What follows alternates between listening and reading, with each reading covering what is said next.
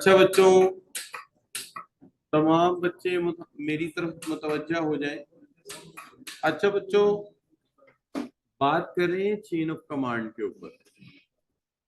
ये देखिए, जो स्पैन ऑफ कंट्रोल आपने कल शुरू किया है, इसके अंदर पहला टॉपिक जो समझना है वो क्या है? Chain of command. क्या समझना बच्चों? Chain of command. अच्छा, चेन ऑफ कमांड क्या चीज है, इसको समझना जरूरी है। तो सबसे पहली बात यह है कि चेन ऑफ कमांड की तरफ चलते हैं, लेकिन उससे पहले ना इस टॉपिक से हटके एक छोटा सा टॉपिक अपनी नॉलेज के लिए समझ लेते हैं। ये एक चैप्टर में नहीं, मुख्तलिफ चैप्टर्स में बार बार आता रहेगा, दो तीन जगह आएगा। तो आज थोड़ा सा इससे इंट्रोडक्शन ले लेते हैं।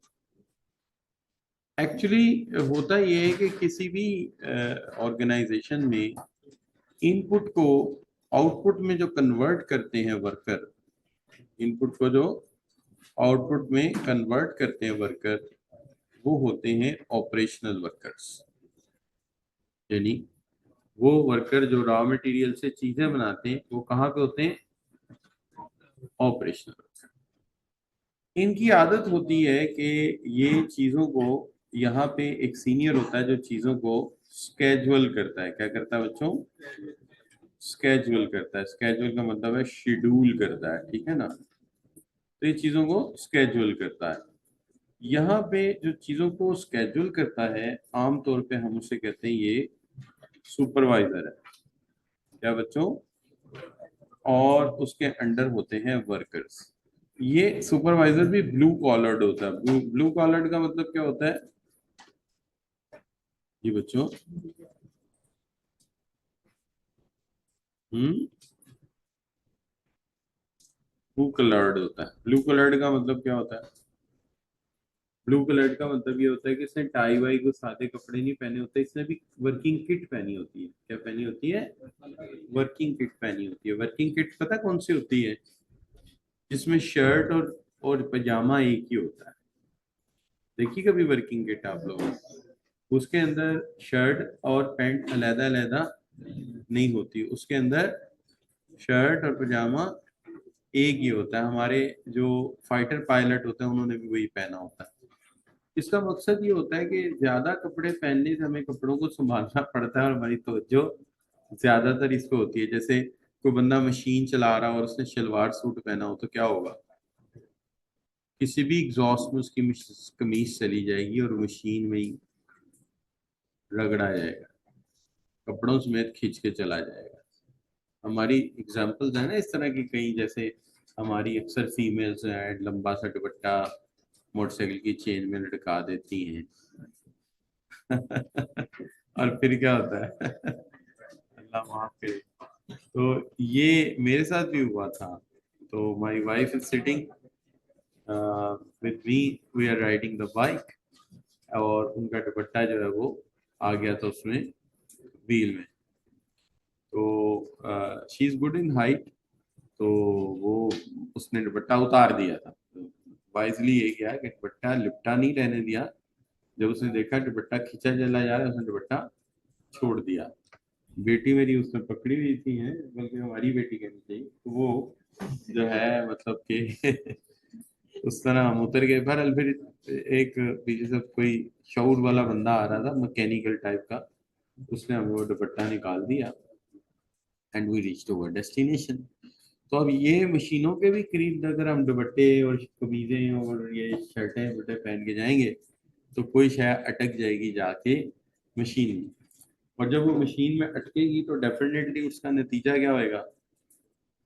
जानलेवा होगा। इसलिए फ्लाइंग पायलट हो, वर्कर हो, केमिकल का, मशीन का, हम उसे ऐसी किट बनाते हैं जिसके अंदर कोई शर्ट और पैंट का रोला ना हो। वो इससे रिलैक्स कर देते हैं उससे। ठीक है जी। वो एक जिप के रास्ते अंदर घुसा और जिप ऊपर तक बंद कर लेता, बस वो पैक हो जाता है उसके अंदर। तो ये इसलिए हमने इसको कहा ये भी क्या होता है? ब्लू कॉलर्ड होता है। ब्लू कलर्ड होता है। ब्लू कलर्ड का मतलब है ये कोई मैनेजर वैनेजर नहीं है। वर्कर में से मोस्ट सीनियर और समझदार बंदे को अक्सर हम सुपरवाइजर बना देते हैं। लेकिन अगर कोई कहे कि ये प्लानिंग नहीं करता, नहीं नहीं, प्लानिंग ये करता है। इसकी प्लानिंग जो होती है वो क्या होती है? स्केजुअल, स्केजुअल होता है डे टू डे वर्क का पता होना, कितने बजे कौन आएगा कौन जाएगा, आज कितनी आउटपुट बनेगी, कल कितनी बनेगी, तो ये डे टू डे वर्क करता है। बच्चों बात समझ आ रही है मेरी? ठीक है। अच्छा, और ये जो लोग नीचे काम करें बड़े सादा होते हैं, ये कोई मुश्किल लैंग्वेज नहीं समझ सकते, और ये ज्यादा पढ़े लिखे भी नहीं होते। आप सपोज कर सकते हैं कि इनकी तालीम ज्यादा मैट्रिक या ऐसे होती है, यानी इंटरमीडिएट तक इन्होंने ज्यादा हाई स्कूल लेवल पढ़ा होता है, इससे ऊपर ये नहीं पढ़े लिखे होते। लेकिन दूसरी तरफ जितनी भी लॉन्ग टर्म प्लानिंग होती है, जितनी भी लॉन्ग टर्म प्लानिंग होती है, अच्छा जो लॉन्ग टर्म प्लानिंग होती है इसका मतलब होता है 3 से या 5 साल से भी ज्यादा की प्लानिंग, ये स्ट्रेटेजिक लेवल करता है। अब आप 3 से 5 क्यों कह रहे हैं? फर्ज करें हमें किसी मुल्क में जाना है, लेट से हमें जो है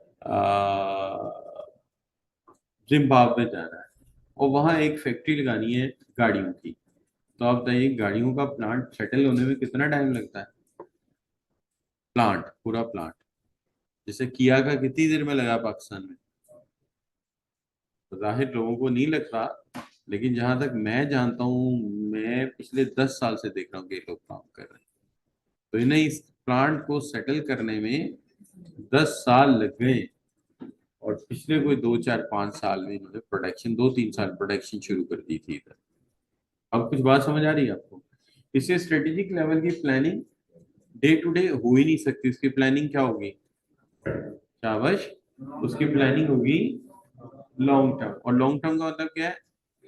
भाई कम से कम फैक्ट्री लगाने में, काम चलाने में 3 से 5 साल तो लग जाते हैं, और इससे ज्यादा की होती है, राइट जी? अब यहाँ बैठे होते हैं बच्चों जिनको आप कहते हैं BODs, board of directors.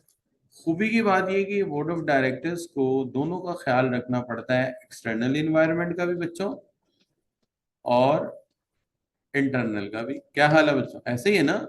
भाई अंदरूनी मामलात भी देखने हैं और बैरूनी मामलात भी देखने हैं। देखिए आप छोटे बच्चे हैं, तो अभी आपको बैरूनी मामलात नहीं घर वालों ने दिए, कौन से दिए? एक्सटर्नल, यानी बाहर की नाराजगियां खानदान की, खानदान के कुछ झमेले झगड़े, वो आपके जिम्मे नहीं। क्योंकि अभी आप जूनियर है ना, तो अभी आप इंटरनल मामलात को ही देखते। क्या हाल है बच्चों? ये पिक्चर देख रहे हैं आप? ये मेरी दाढ़ी से पहले की पिक्चर है, मैंने एक यादगार के तौर पे रखी थी कि पहले मैं ऐसा होता था जब मैं दाढ़ी नहीं रखी थी। कैसी लग रही है वैसे? नहीं बच्चों, अरे पिक्चर कमाल है। अच्छा पीछे सीएफई का लोगो था, वो पूरा आया नहीं, तस्वीर खींचने वाले का कमाल है? अच्छा बच्चों, एनीवे, तो ये तस्वीर है हमारे उस कैंपस की जो होता था मुगले आजम मैरिज हॉल के साथ, नूरजहां मैरिज हॉल के साथ। तो नूरजहां मैरिज हॉल वाली जो साथ वाली बिल्डिंग, वो सारी हमारी थी, और उससे अगली भी, तो ये 2 बिल्डिंग थी हमारी। हमारा कैंपस तो वो था, एक 8 कनाल का था और एक तकरीबन कोई 11 12 कनाल का था। ये तकरीबन कोई बन जाती थी हमारे पास जगह कोई, बल्कि शायद 13 कनाल का, 13 जमा 21 कनाल जगह थी। ठीक है। फिर आप सोच रहे हैं सर ये कैसे हो गया, आप कट कुट के यहाँ कैसे पहुंच गए? एक्चुअली 2 वजूहात। एक वजह है कोविड। कोविड में हमारा बजट बड़ा खराब हो गया, यानी कि आप ये कह सकते हैं कि खर्चे बहुत ज्यादा थे। उस कैंपस का उस वक्त किराया 27 लाख रुपए महीना था, और हमारे जो कोविड में रेवेन्यू थे वो बहुत कम थे, इसलिए वो अफोर्ड नहीं हो सकता था, तो वो बैंक करप्सी की तरफ जा रहा था इधर, बल्कि चला गया। ठीक है, एक तो ये मसला था। और दूसरा इशू ये है कि आने वाले दौर में कॉलेजेस शायद इससे भी छोटी बिल्डिंग में होंगे। उसकी वजह जो आने वाला दौर है, फिजिकल क्लासेस खत्म हो जाएंगी। अभी ऑनलाइन बच्चे हमारे पहले होते थे 2 3, अब अक्सर क्लासों में हमारे ऑनलाइन बच्चे जो हैं ये 8 हैं, लेकिन ये 8 नहीं, कम से कम 16 से 20 हैं। बाकी क्या करते हैं, वो ऑनलाइन नहीं आते, रिकॉर्डिंग ले लेते हैं। तो हमें क्या एतराज है, लेक्चर की रिकॉर्डिंग सुन लेते हैं, वो क्वेश्चन व्हाट्सएप पे कर लेते हैं। तो इस तरह करके आहिस्ता आहिस्ता स्टूडेंट्स में ये ट्रेंड पैदा हो रहा है कि पेट्रोल का खर्चा, आने जाने का खर्चा, कपड़े इस्त्री करो, ये करो, वो करो। तो कहीं जाना हो तो आधा घंटा तो तैयारी में लग जाता है ना, कि नहीं? नहीं, आपको तो नहीं लगता, आप तो मेरे हाल।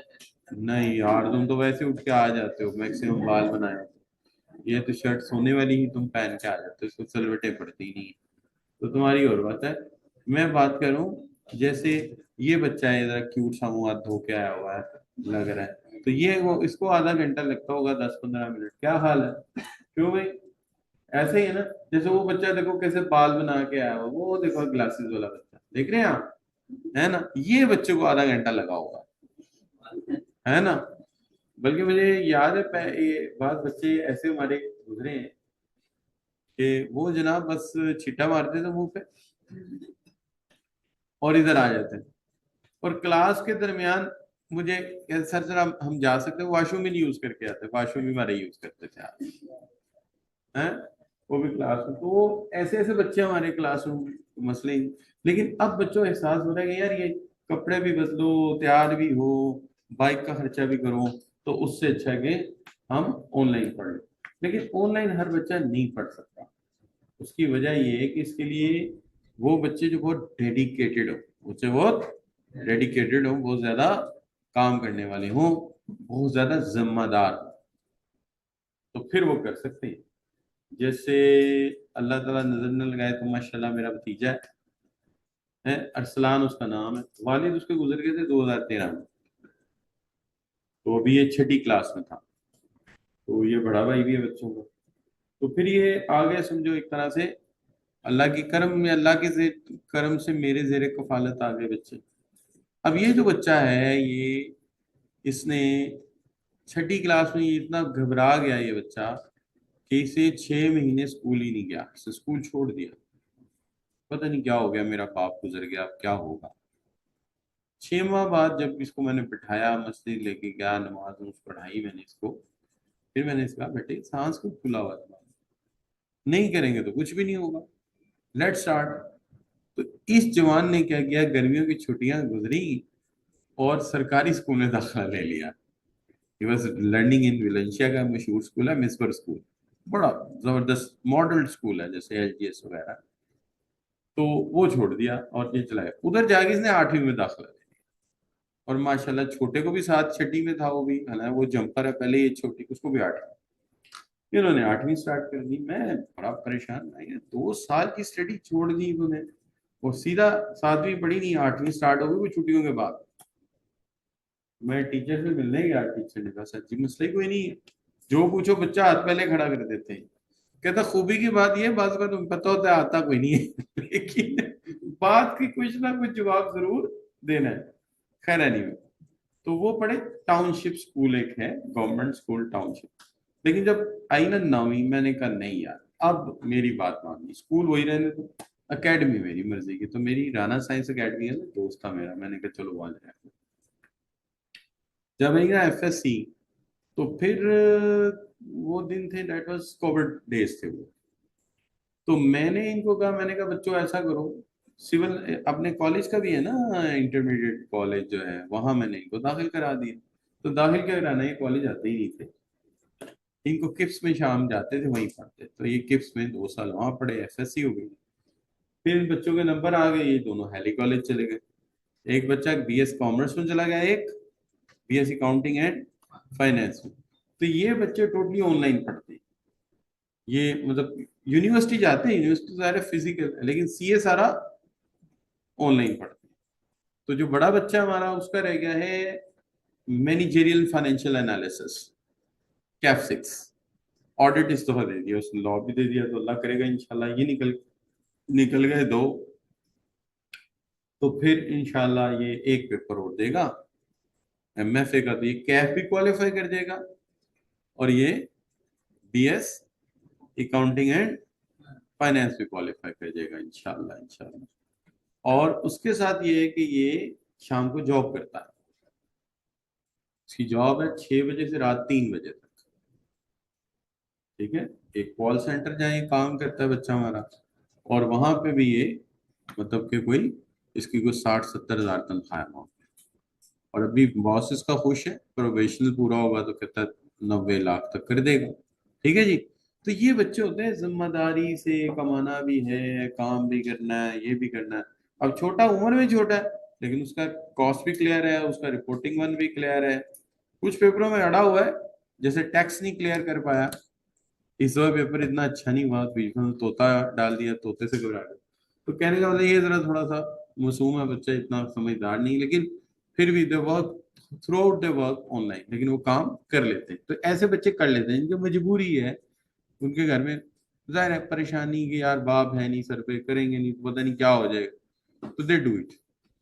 लेकिन जिन बच्चों को फ्लेक्सिबिलिटी है, वालदेन फंडिंग कर रहे हैं जनाब बच्चे, वो कॉलेज भी आते हैं तो तरले मिलते भी कर लो, पढ़ते पढ़ते नहीं है, लेकिन चलो कॉलेज आ जाए तो रेगुलर काम तो पिक कर लेते हैं ना। तो ये बात, तो इस एहसास से जिम्मेदारी नहीं है तो आप ऑनलाइन नहीं पढ़ सकते, फिर आप फिजिकल आ जाए ताकि टीचर आपको चेक करता रहे। तो ये फिर ना आहिस्ता आहिस्ता ये चीजें श्रिंक होनी शुरू हो गई। अब ज्यादातर लोग जो हैं वो obviously Aahista Aahista professional level पे तो जो आता है ना कैफ ऑडिट आर्टिकलशिप के बाद ऑडिटिंग के जब चले जाते हैं बच्चे, वो ऑनलाइन ज्यादा जाते हैं, वो फिजिकल में नहीं आते, आ ही नहीं सकते। वे 4 5 6 बजे जॉब से फारिग हुए, अब घर आके खाना वाना खाया, जॉब ही है ना आर्टिकलशिप, तो फिर आगे जो पेपर पढ़ना है वो फिर आए जाएं तो वो तो नहीं हो सकता, तो वो ऑनलाइन ही होता है। इस तरह ऐसा ऐसा ट्रेंड जो है वो बढ़ रहा है। इससे मेन पे कॉलेज बनाना कोई फायदामंद नहीं है, सूदमंद नहीं है। बेहतर ये आपने पढ़ना है, बैकअप पैकेज पे आ जाए, अच्छी क्वालिटी एजुकेशन दे, लोग पढ़ने आ ही जाते हैं, कोई ऐसा मसला नहीं। अच्छा बच्चों, अब देखिए, तो ये क्या हो गया जी, ये आ गया लॉन्ग टर्म, 3 से 5 साल, ठीक है, वापस आ रहे हैं अपने टॉपिक। तो ये इंटरनल भी देखते हैं और एक्सटर्नल भी देखते हैं।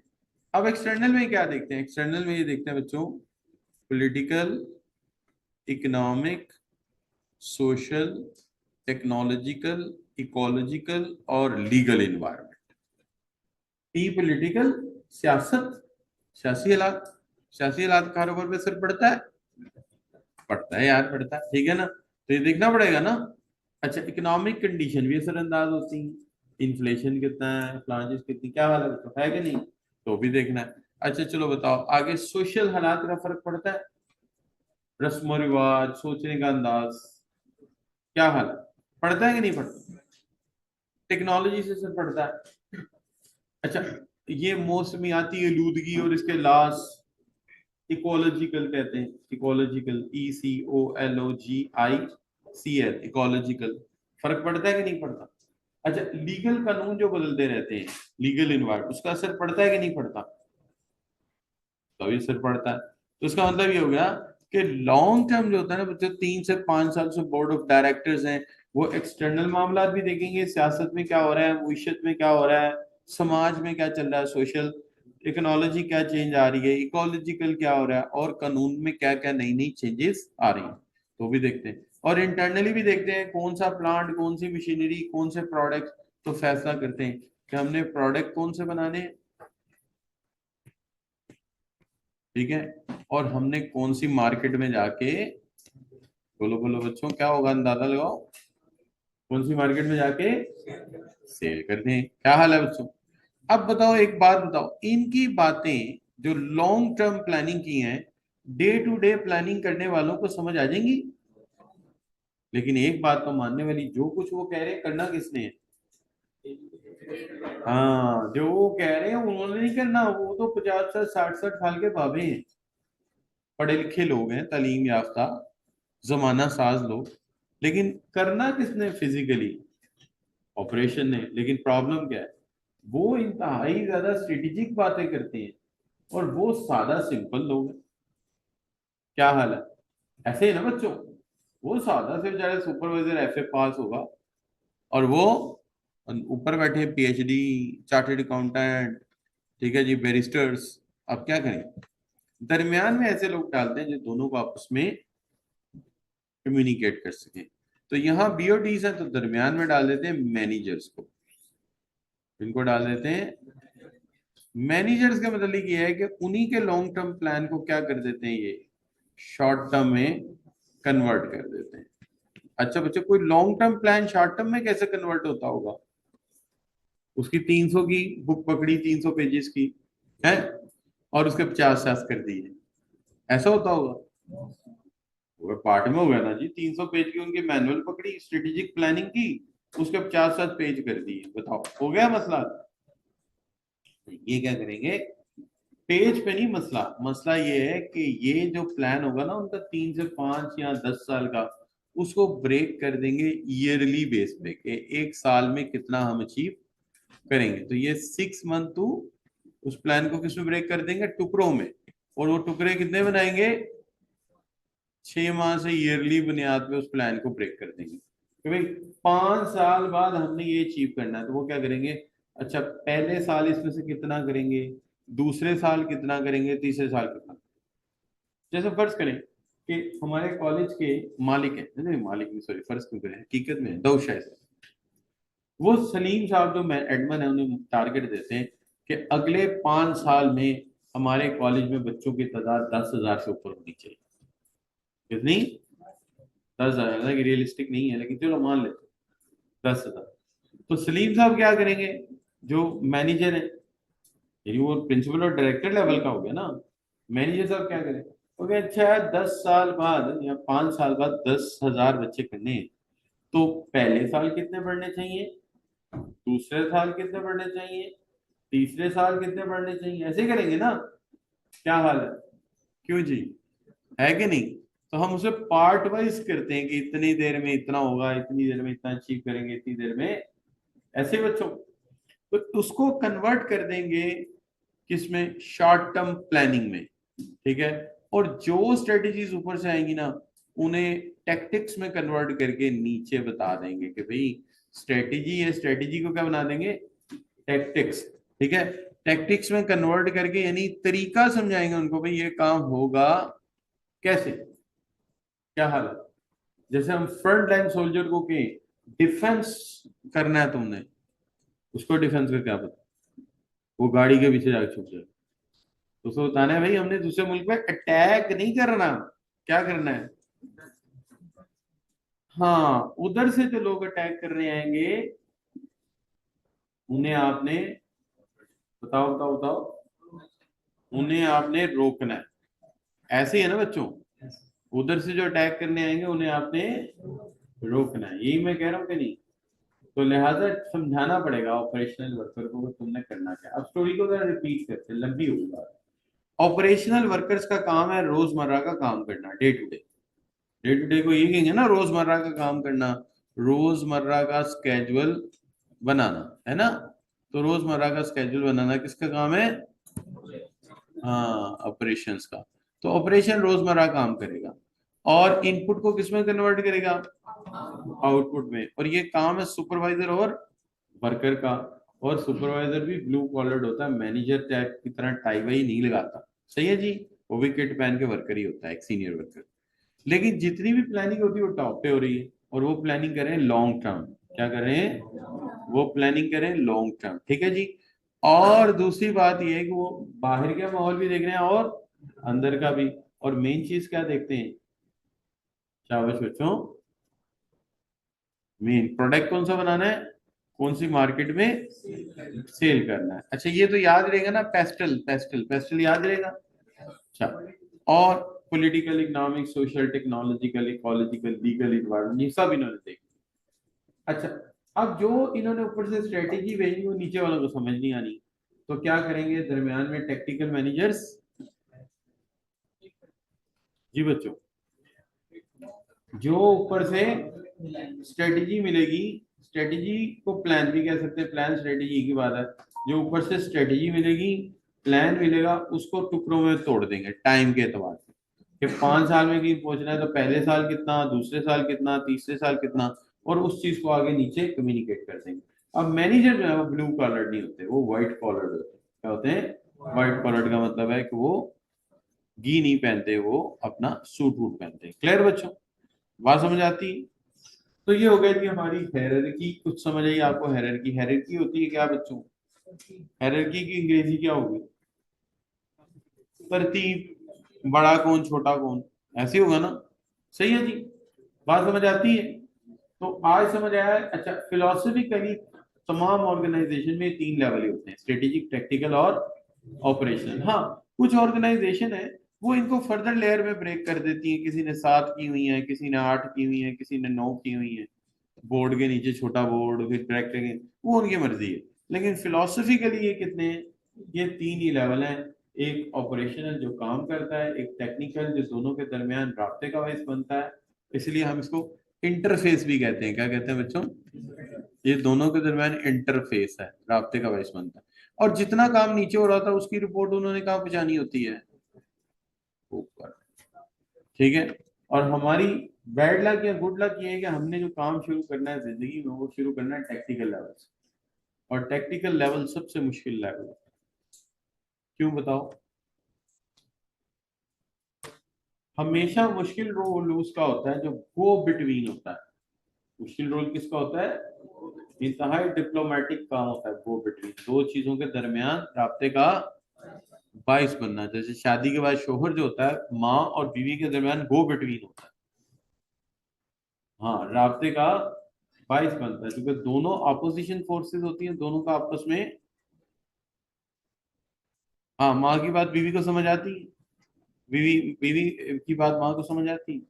शोहर ने दोनों की बात समझानी होती है कि अम्मी जी उसने इस एंगल से कहा है। वो फिर सवाल रेस करेंगी, फिर आप जवाब देंगे। है बच्चों? ऐसा होगा कि नहीं होगा? क्यों नहीं? नहीं होता है यार, होता है। अब देखिए हम कितने पढ़े लिखे लोग लग रहे हैं देखने में, मैं पढ़ा लिखा लग रहा हूँ कि नहीं? लेकिन ये है कि जब मेरी शादी हुई ना बच्चों, तो मैं नीचे रहता था। हमारा 3 मरले का 2.5 मरले का घर था, और माँ मेरी ऊपर रहती थी। मैं शुरू से नीचे रहता था, मैं घर से लहदा रहता था। यानी मेरा किचन भी अपना था शुरू से, बचपन से मेरा किचन अपना था। मैं चाय वाय अपनी खुद बनाता। मेरा अटैच वॉशरूम था, मेरा कमरा अलहदा था। क्योंकि मैंने पढ़ना होता था, जॉब करनी होती, तो घर वाले मुझे ऊपर शामिल नहीं करते थे। मेरी भाई भाभी ऊपर रहते थे, और अम्मी भी उनके साथ रहती थी। वो सब ऊपर थे। बाहर भाई की शॉप थी, और नीचे 2 कमरे थे, उसमें से एक मेरा था।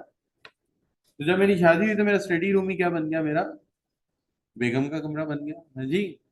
अच्छा, और अब ये हुआ कि वो दूसरा तीसरा दिन शादी का हुआ ना मेरा, तो ऊपर से एक क्लॉथ बम गिरा, कपड़ों का एक बम नीचे गिरा।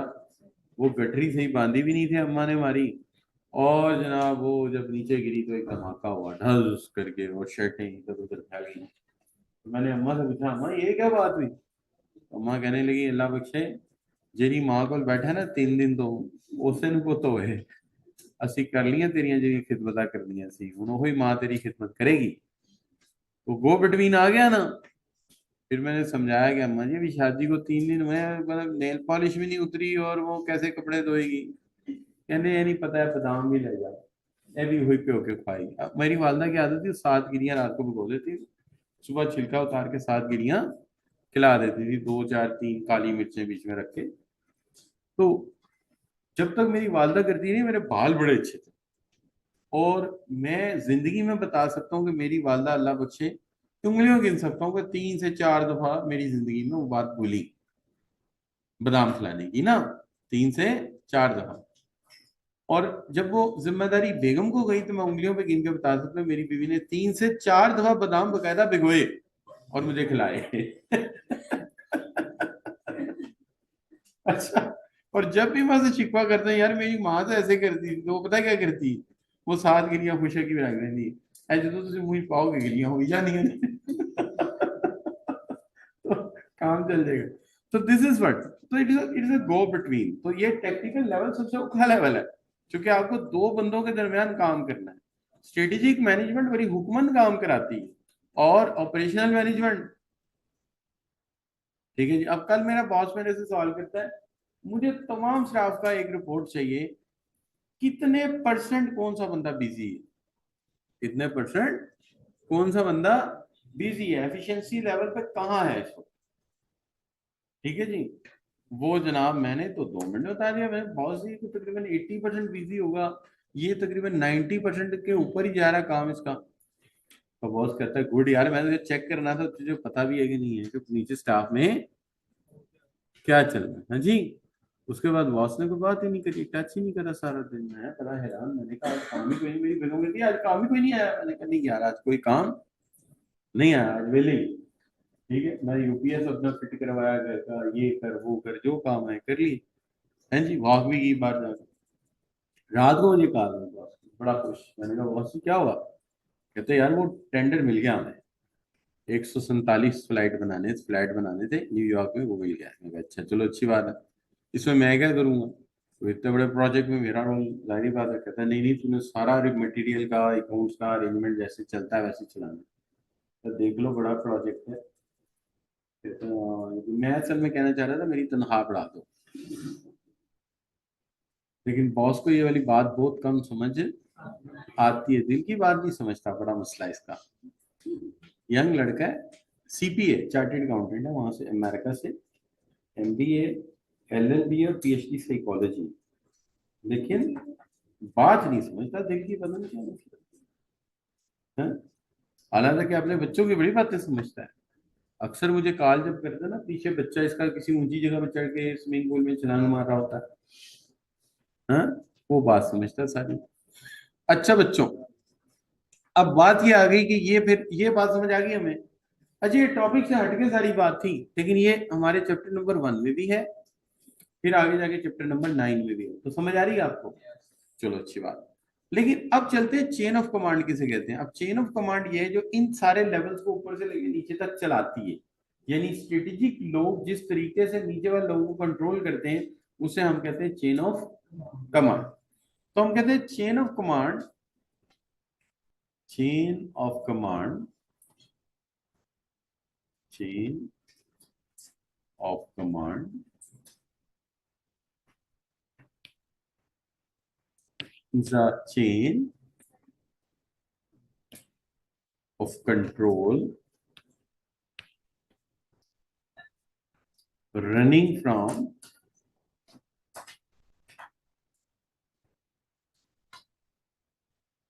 top of the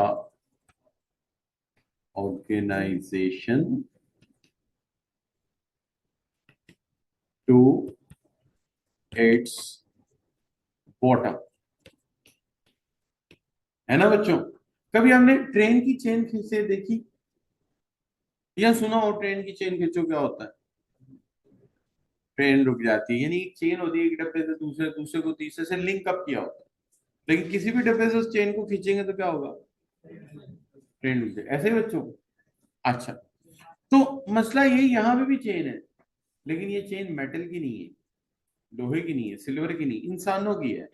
जब काम को स्टॉप करना है, इसने इसको ऑर्डर देना है, इसने इसको ऑर्डर देना है, इस तरह एक चेन ऊपर से नीचे तक चलेगी। यानी ये बॉस जब इसको कहेगा स्टॉप, तो ये इन दोनों को ऑर्डर कर देंगे, ये इन तीनों को कहेंगे स्टॉप, और ये तीन आगे अपने सबऑर्डिनेट को कहेंगे स्टॉप। ठीक है जी।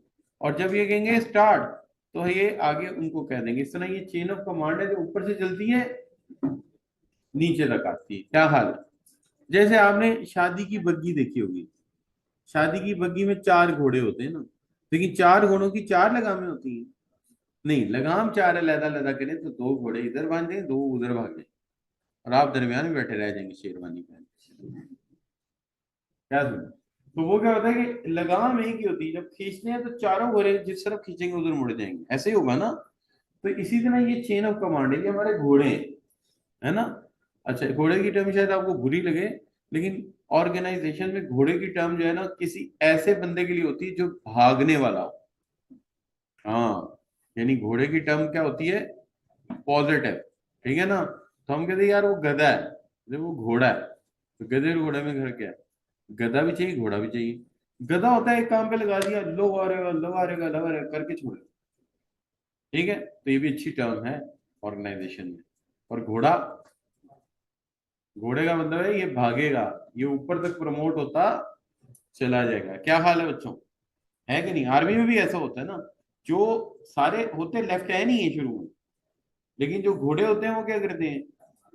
वो भाग के ऊपर तक आते हैं। और जो गधे हैं, वो कैप्टन शैप्टन पे ही, लेकिन मेहनती वो भी होते हैं, ये नहीं है फौज में जाना मजाक मजूक नहीं है इतना। अच्छा बच्चों, सो एनी, मुश्किल बात तो नहीं कर दी मैंने कोई, बात समझ आती? तो हम बात ये कर रहे थे कि चेन ऑफ कमांड है जो ऑर्गेनाइजेशन को ऊपर से चलती है और नीचे तक आती है, और इसके जरिए ऊपर से ऑर्डर नीचे आते हैं। इसलिए देखिए मैंने वो तीनों स्ट्रेटेजिक, टेक्निकल और ऑपरेशनल के अंदर भी रेड लाइन डाली हुई है। है ना? क्या हाल है बच्चों? अच्छा, वो तस्वीर इत्तेफाक से ऊपर मेरी लगी है, ऐसा नहीं है कि आप समझे कि सर अपने आप को सीईओ या एमडी करें, सर का ये लेवल होता तो इस कॉलेज में पार्टनर ना होते, इतने सालों से पढ़ा रहे हैं। नहीं बच्चों, यहाँ पार्टनर नहीं बन सके तो दुनिया में इन्होंने क्या करना बताओ? अच्छा बच्चा, ऐसा कोई चीज मुश्किल? तो पैसे नहीं ना थे जब शेयर्स मिल रहे थे कॉलेज के, तो राणा साहब बस पैसे थे, दाऊद शाह साहब बस पैसे थे, उन्होंने ले लिए। इनकी तो जमीनें जमूने थी ना, और इनकी एक एक भैंस इन्होंने बेची है उसको, तो 10-15 भैंसें बेचनी, तो उनसे पैसे पूरे हुए। इनकी एक एक भैंस 15-15 20-20 लाख की है। अभी भी इनके पास एक भैंस है, 32 किलो दूध सुबह देती, 32 किलो शाम को देती, नीली नस्ल की गाय, नीली नस्ल। तो इनके पास बड़े वसाइल है बच्चों, मजाक नहीं कोई। अच्छा, यहाँ तक बच्चों मुश्किल तो नहीं है? अच्छा, टेंशन वेंशन कोई नहीं लेते। हाँ, उस दिन मोबाइल खराब है, रेवेन्यू आया शाम को, कितनी फीसें छोड़ यार, जा यार एक नया आईफोन लेके, नए मॉडल का ले, को भेजा जाएगा। ऐसे टेंशन ही कोई नहीं बच्चों। हमारा तो ये होता है नहीं, मोबाइल अब 3 साल हो गए, कल चला स्लो तो मैं परेशानी, यार 52,000 लगाया था, 3 साल चला है, अब ये खत्म हो गया, पता नहीं, अब अल्लाह मालिक। तो हमारी टेंशन है बड़ी, इन लोगों को टेंशन ही कोई नहीं है। नहीं बच्चों? अच्छा, so this is the line of authority which can trace up और डाउन, यानी जाहिर है कम्युनिकेशन नीचे से ऊपर भी जाती है और ऊपर से नीचे भी जाती है, तो आप इसको नीचे से ऊपर भी देख सकते हैं, ऊपर से नीचे भी, ये मिल जाएगी आपको। तो इसको कहते हैं chain of command, from most of senior member of the staff to the most junior, यानी सीनियर तरीन से चलती है और जूनियर तरीन तक जाती है। राइट जी? बच्चों मुश्किल बातें तो नहीं कर रहा मैं कोई? therefore related to the number of levels of management within an organization. ठीक है जी? अच्छा, अब जरा सवाल है आपके, आपकी जहानत का इम्तहान। जो ऑर्गेनाइजेशन टॉल होगी, ढेर सारे लेवल होंगे, और एक ऑर्गेनाइजेशन क्या होगी, फ्लैट होगी, जिसके लेवल थोड़े होंगे, चेन ऑफ कमांड लंबी किसकी होगी? टॉल में चेन ऑफ कमांड लंबी होगी और फ्लैट में छोटी होगी। तो ज्यादा तेजी से मैसेज कहां पहुंचेगा? शॉर्ट चेन ऑफ कमांड, जहां पे फ्लैट ऑर्गेनाइजेशन कम्युनिकेशन फास्ट होगी क्योंकि लेवल थोड़े होंगे, और टॉल ऑर्गेनाइजेशन में कम्युनिकेशन स्लो हो जाएगी, क्योंकि ये भी तो बात है ना, एक पैगाम दूसरे तक जाने में वैसे ही रहता है। बताएं बताएं, एक पैगाम एक बंदे से दूसरे तक जाते हुए वैसे ही रहता है? नहीं, फर्क तो आ जाता है। क्या ख्याल है? देखिए, मैं जरा सेंसिटिव बात करने लगा हूँ, इस्लाम को ही ले लेना, ठीक है ना? तो कहाँ चला, इमाम मालिक से चले ना, ठीक है, इमाम शाफी, इमाम हम्बल और इमाम अबू हनीफा, यहां तक आते थे, रफायदन गायब हो गए। ठीक है, अब वो कहते हैं करना जरूरी, ये कहते हैं छोड़ना जरूरी। फर्क आ गया कि नहीं? जितनी लंबी चेन होगी, बात चलते चलते कहीं ना कहीं बदल जाएगी। लेकिन अगर किसी को प्योरीफाइड नॉलेज लेना हो, तो जितने लेवल आगे जाओगे उतना लेवल प्योरीफाइड होगा। तो आप लोगों को क्या चाहिए? आप लोगों को चाहिए खुद से रिसर्च करें, और रिसर्च करते हुए नबी करीम के करीब तरीन लोग रहे हैं, जैसे अब्दुल्ला बिन अब्बास रजी अल्लाह ताला अन्हु, उनकी बेशुमार रिवायात मौजूद है। अम्मी आयशा नबी सल्लम के विसाल के लंबे अरसे तक जिंदा रही हैं, उन्होंने उन्होंने भी ताबियों को तरीका नमाज सिखाया है, तो अपनी माँ के तरीके से सीखो। क्या ख्याल है? अच्छा, पीर अब्दुल कादिर जिलानी का तरीका देखो, देखिए मतलब वो करीब तरीन मिल जाएंगे ना आपको, 6ठी सदी तक तो मिले हो, तो वहां तक जाके वहां से सीख क्या होगे यार, नमाज का तरीका क्या था। अब जितने नीचे आते जाओगे, वे करंट है ना, एक तार में छोड़ोगे, लंबा तार बना दो, तो आगे जाके करंट क्या होगा? कम हो जाएगा। आगे जाएंगे तो क्या होगा? खालिस होता जाएगा। तो किसी भी चीज को जाना है ना, उसको खालिस लेवल तक जाना है, लेवल काटते जाओ, आगे जाते जाओ, और अपनी तहकीक को फॉलो करो प्लीज। हमारे लिए हनफी होना, वाबी होना जरूरी नहीं, हमारे लिए नबी सल्लल्लाहु अलैहि वसल्लम का तरीका होना जरूरी है, क्योंकि सहाबी वाबी नहीं थे ना सुन्नी थे। क्या हाल है? तो कोई कहेगा यार तू चंगा बंदा है, ना तू वाबी है ना सुन्नी। हाँ भाई, नहीं हूँ, सिर्फ मुसलमान। ये मेरे लिए प्राइड है, मैं नहीं हूँ, मैं वाबी सुन्नी नहीं हूँ। क्या हाल है? क्योंकि तहकीक में जब आगे गया, मुझे ना तुम ठीक लगते हो ना वो ठीक लगते हैं, जो चीजें मुझे वहां से मिली मैं तो उसके मुताबिक जिंदगी गुजारूंगा। क्या ख्याल है बच्चों? सही कह रहा हूँ गलत कह रहा हूँ? तो यही तरीका यही है कि आप रिसर्च में आगे बढ़े, सिर्फ दुनिया में नहीं दीन को भी सीखे ना। भाई ये सारी किताबें आपने ना रखनी बाएं हाथ में, और दीन अपना कहाँ रखना है? दाएं हाथ में। जहां कुरान छूटा ये बेकार है। मैं आपको आज ऐलान कर रहा हूँ, आज सांस किसी का रुक जाए, ये इसमें से एक चीज काम नहीं आनी। फरिश्तों ने सवाल नहीं पूछना, पूछा बेटा बता स्केलर चेन कैसे चलती है, बता स्पैन ऑफ कंट्रोल क्या होता है, और आप बता रहे होंगे चलो जन्नत। नहीं नहीं नहीं भाई, वहां के 5 सवाल वो हैं जो आप जानते हैं। ठीक है ना? तुम बंदे किसके हो, इस इंसान को जानते हो? दूसरा सवाल, और वो इंसान कौन है? नबी वसल्लम। ठीक है ना? और तीसरा सवाल, जिंदगी कैसे गुजारी? चौथा सवाल, जवानी कैसे गुजारी? ये सवाल, ये उधर के सवाल है भाई, इधर के सवाल ये। लिहाजा मैं जो पढ़ा ना इसको बाएं हाथ में रखना, और दाएं हाथ में क्या रखना, ये मेरा जिम्मा तो आज मैंने बता दिया। कहीं आप इस चक्कर में नहीं कि इमाम बशर साहब ने जो पढ़ाया उसके मुतालिक कुछ पूछा जाएगा। ये गोरख धंधा है, ये इधर ही रह जाना। ठीक है? अच्छा बच्चों, एनीवे, लेकिन हमारे नबी ने कहा है कि दीनी इल्म भी सीखना, और तो हम उसके हुक्म में चल रहे हैं। ठीक है जी, हम उनके हुक्म की ताबीर कर रहे हैं। अल्हम्दुलिल्लाह। अच्छा बच्चों, यहाँ तक कोई चीज मुश्किल बात समझ आती है? तो बात समझ आ गई कि एक चेन है जो ऊपर से चलती है, नीचे तक ट्रेस करनी, नीचे से ऊपर भी जा सकते हैं, ऊपर से नीचे भी जा सकते हैं।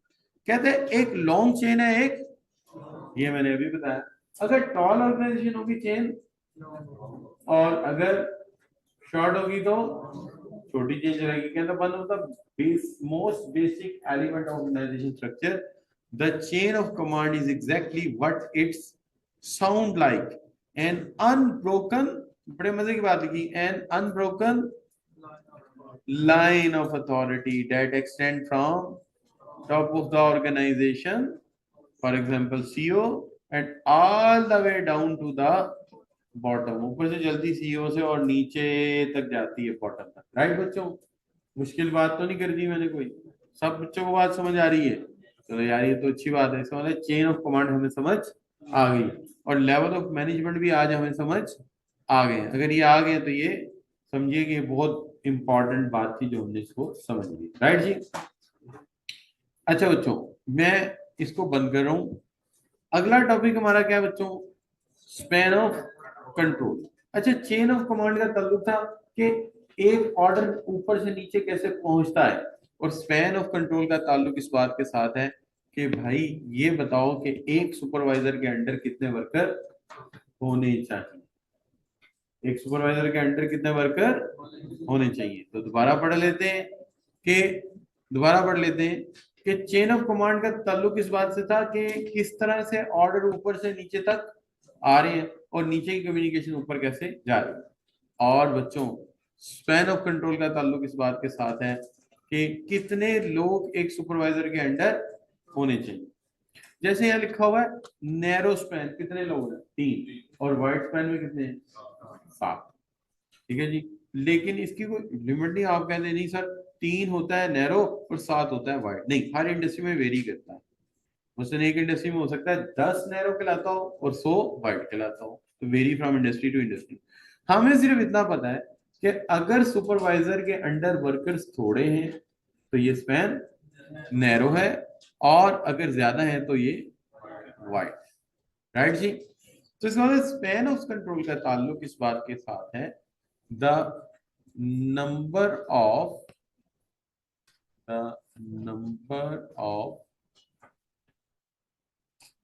subordinates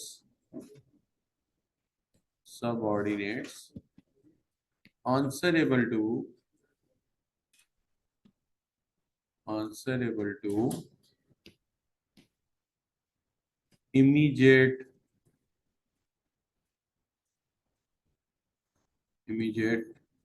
supervisor, superior official कर सुपीरियर ऑफिशियल। अच्छा बच्चों, क्या डिस्क्रिप्शन बनाई मैंने?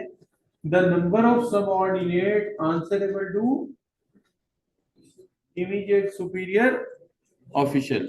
कितने सबऑर्डिनेट, नंबर ऑफ सबऑर्डिनेट, कितने सबऑर्डिनेट जवाबदेह हैं देयर इमीडिएट सुपीरियर ऑफिशियल। ठीक है जी। ये जो इमीडिएट का वर्ड है बड़ा इंपॉर्टेंट है, और ऑफिशियल का वर्ड भी, सुपरवाइजर का वर्ड भी बड़ा इंपॉर्टेंट है कि इमीडिएट का मतलब क्या है। देखिए इमीडिएट का मतलब ये होता है कि अगर फर्ज करें मेरे सबऑर्डिनेट जो है वो देखना पड़ेगा कि डायरेक्टली मेरे अंडर कौन से हैं। मिसाल के तौर पर एक सीनियर है, उसके अंडर 3 वर्कर है, या एक डायरेक्टर है उसके अंडर 3 असिस्टेंट डायरेक्टर है, और फिर उनमें से किसी एक के अंडर आगे फिर 4 या 3 मैनेजर है। तो बताइए क्या ये मैनेजर इस डायरेक्टर के अंडर है? नहीं। अगर ये डायरेक्ट उन्हें मुखातिब करेगा तो ये उनका इमीडिएट सुपीरियर ऑफिशियल नहीं, इनका इमीडिएट सुपीरियर ऑफिशियल ये है, ठीक है। और इन तीनों का सुपीरियर ऑफिशियल ये है। ये उसका एहतराम तो करेंगे, लेकिन अगर ये उन्हें डायरेक्ट मुखातिब करेगा तो इसका मतलब है ये बाई पास कर रहा है। क्या कर रहा है? बाई इसको पास कर रहा है। तो इमीडिएट का मतलब होता है डायरेक्ट ऊपर वाला। इसलिए टर्म भी यूज की, यार वो मेरा इमीडिएट बॉस है, कहते हैं यार वो मेरा इमीडिएट बॉस है, यार वो मेरा डायरेक्ट बॉस है, यार मैं डायरेक्टली उसको आंसरेबल हूं। तो इसका मतलब क्या है? बॉस का बॉस आपका बॉस नहीं है, स्पैन ऑफ कंट्रोल का हिस्सा नहीं है। आपके बॉस का बॉस जो है, इसका मतलब ये आपके बॉस और उसके कलीग उसके स्पैन ऑफ कंट्रोल में, और आप और आपके कलीग अपने बॉस के स्पैन ऑफ कंट्रोल, राइट जी। इसलिए इनका इमीडिएट बॉस ये है, इन तीनों का इमीडिएट बॉस, और इन तीनों का इमीडिएट बॉस ये है। लिहाजा ये डायरेक्टली आंसरेबल नहीं है इसको। हाँ कोई बात पूछ ले तो पूछ सकता है, लेकिन एहतरामन जवाब दिया जा सकता है, लेकिन इसका ओबे करना इन टर्म डायरेक्ट ये नहीं होता। क्लियर जी? क्या हाल है बच्चों? No problem.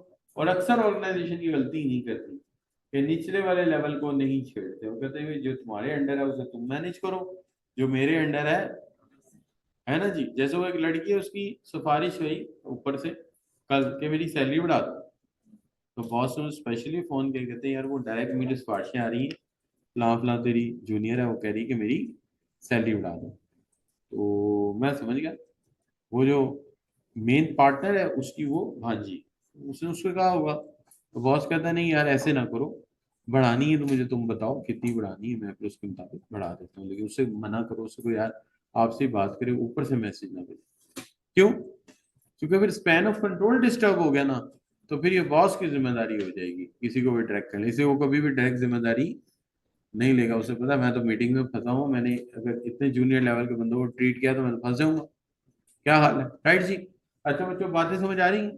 तो आज के लिए इतना काफी है। कुछ